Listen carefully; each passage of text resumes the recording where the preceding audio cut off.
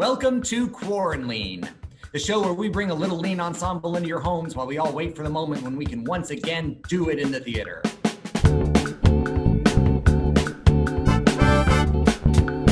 I'm Blake White. This is episode 6 of the online talk show, and is anybody else starting to feel like they are the lead character in an episode of Black Mirror? This week on QUARANLEAN, we're going to be talking about comedy. And I think we can all agree that there has been no shortage of comedy over the last 4 months. You know, in quarantine, some of us have rediscovered our love of television shows like The Office or Parks and Recreation, and some of us have found brand new territory like Schitt's Creek or Atlanta.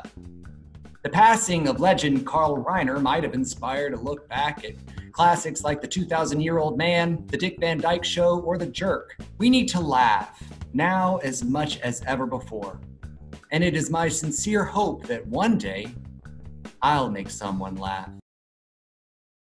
My guest this week was recently named one of the top 5 comics to watch in the country on a list that was compiled by her mother. She and I also share the same home state of Tennessee, which, I don't know, I guess that's funny. She is an ensemble member, she is a singer, she is a comedian, and she is a proud dog owner. She is our friend, Megan Bowers.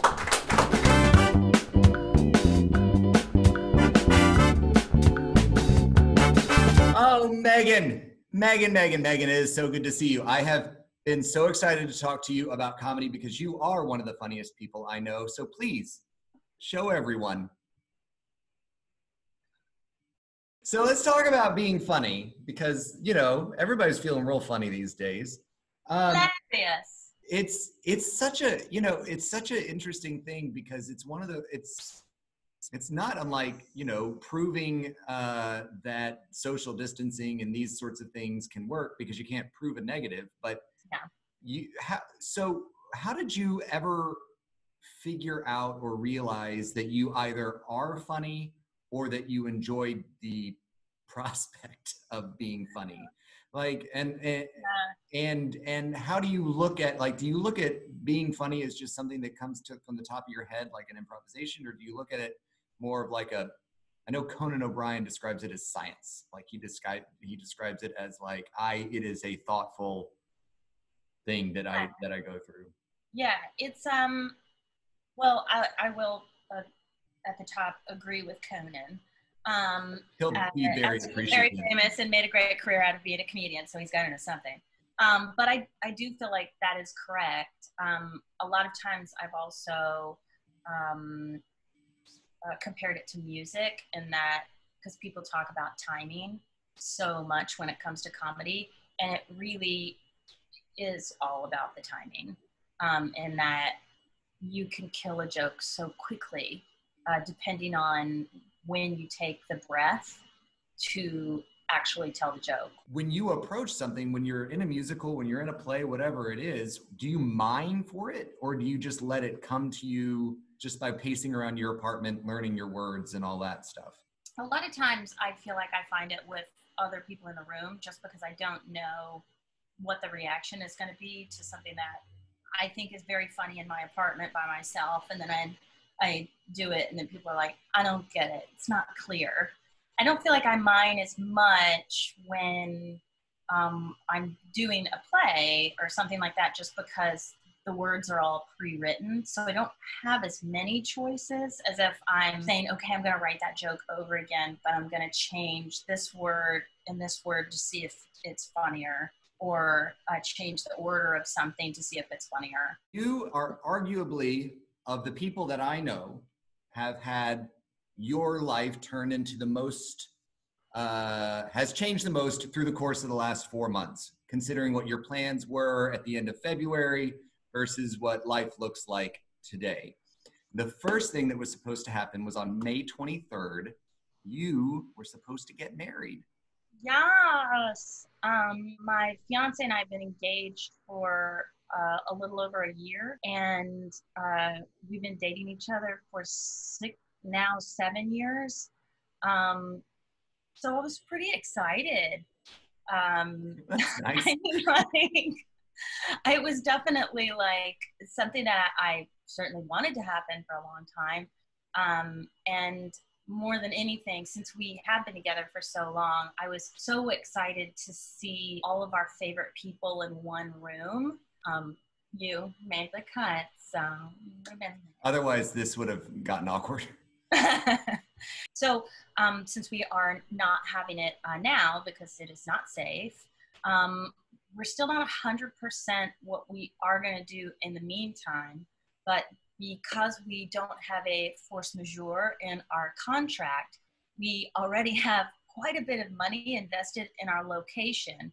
So at some point in the future, we will be having a very grand party for something because we will never get our money back if we don't.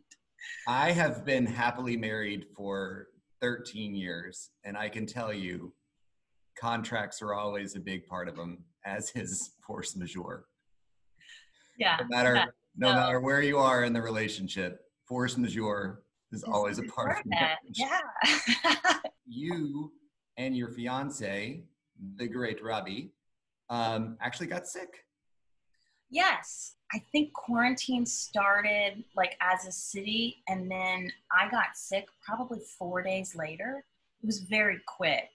It was in mid to late March, if I remember correctly. Yeah, it was mid-March, but I still didn't know if, we actually had it since the symptoms vary so much. And so I was sick for like pretty sick, like really sick for like 2 days.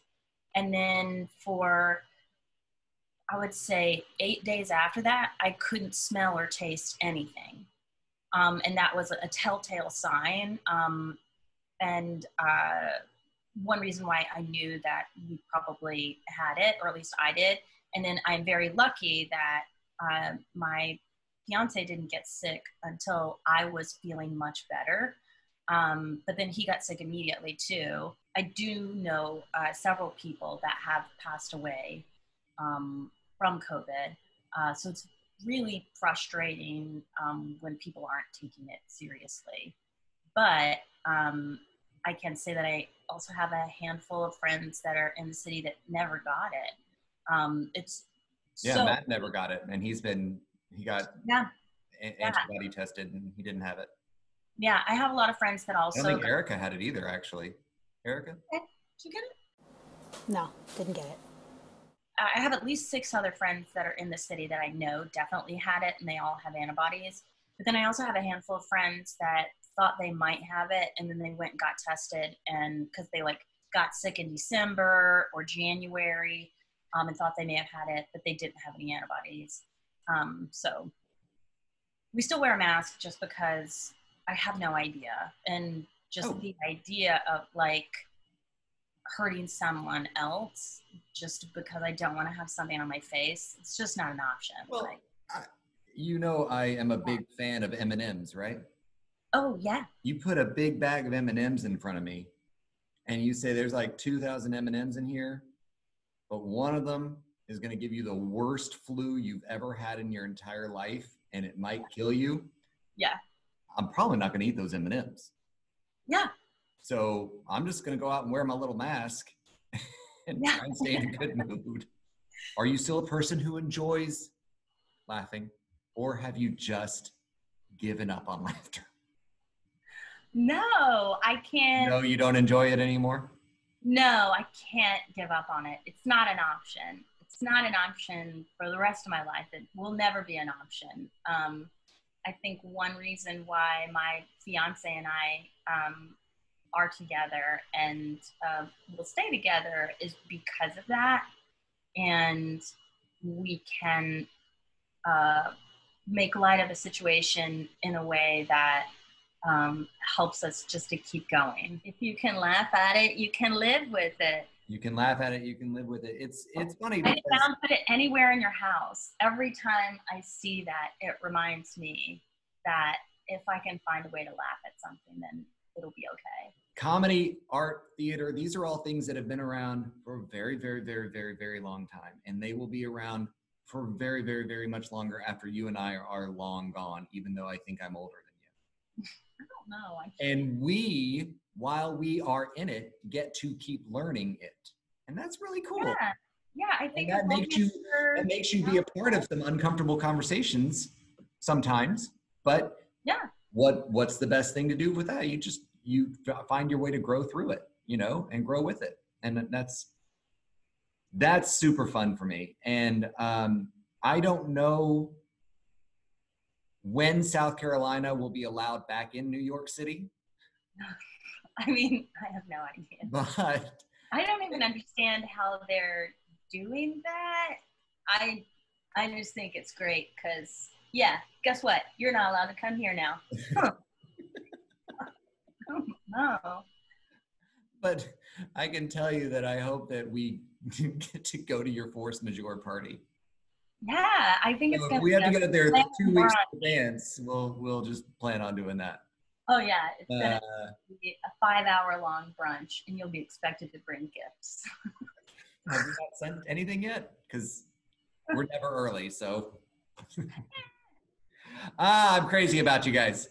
I'll see you soon. Thanks for doing this. Yeah, absolutely. I'm very happy to do it. Bye. Bye. Well, that's it for this episode of QUARANLEAN. I want to thank our guest, Megan Bowers, as well as our production sponsor for this episode, SB Lumber, out in Okatee and here on Hilton Head Island. As always, gratitude and thanks to our producer over at Sleeves Up Productions, Erica Kramer. My apologies for running out of time to 2-time Tony Award nominee, Kate Baldwin. Kate, I'm so sorry you've been bumped.